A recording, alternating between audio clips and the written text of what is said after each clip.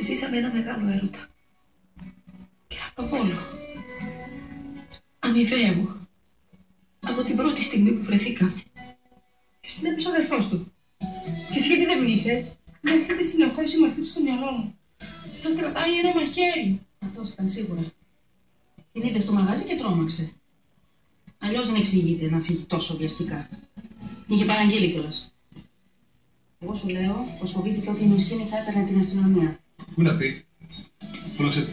Δεν είναι εδώ. Και να την αφήσεις εσύ.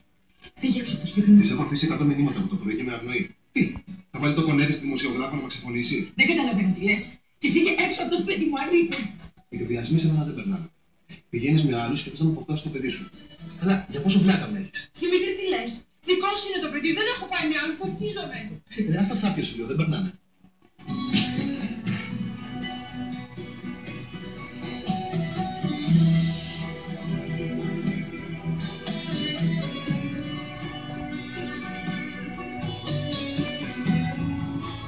Αγάπη.